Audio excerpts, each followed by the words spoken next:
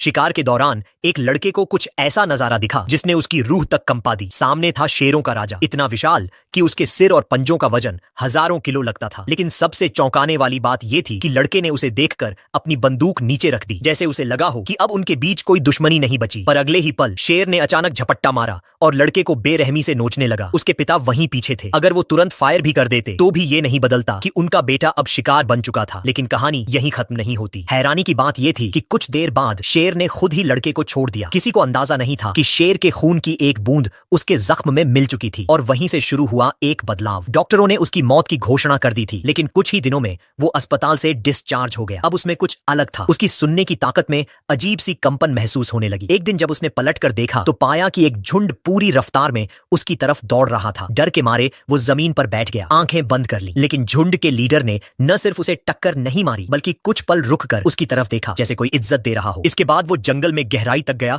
और अपनी समझदारी से एक लोहे की चादर से भाला तैयार किया। जैसे ही उसने उसे फेंका, भाला कई किलोमीटर तक उड़ते हुए एक पेड़ के तने में जा धंसा। पास ही एक एल्क को डरते हुए देखकर वो इतना एक्साइटेड हो गया कि पल भर में उसका पीछा करने लगा और ऐसा लग रहा था जैसे वो हवा में उड़ रहा हो। लेकिन एल्क पर फोकस करने के बजाय उसे अचानक कुछ याद आया और वो बंदर की तरह एक ऊंचे पेड़ पर चढ़ गया। वहां से उसे दिखा कि कुछ शिकारी एक बाइसन का शिकार कर चुके हैं। जैसे ही उसने नीचे जाकर सिचुएशन चेक की, वहां बस एक लाश मिली। गुस्से से भरे लड़के ने जमीन से एक चाकू उठाया, लेकिन तभी एक शिकारी ने उसकी तरफ बंदूक तान दी और कहा, हथियार नीचे रखो। और वहीं जाग गया उसका अंदर का जानवर। उसने बिजली की तरह हमला किया, बिना रुके सामने वाले को तब तक मारा जब तक वो गिर न पड़ा। और वहीं खड़ी उस मरी हुई भैंस को देखकर उसने एक फैसला ले लिया। अब उसे सिर्फ अपनी जान की नहीं, इस जंगल की, इस धरती की हिफाजत करनी है और जो भी बुराई करेगा उसे खत्म करना होगा। समय बीतते देर नहीं लगी। 10 साल बाद वो अब एक इनामी शिकारी बन चुका था और इस बार उसका मिशन था एक बेहद खतरनाक इंसान को खत्म करना।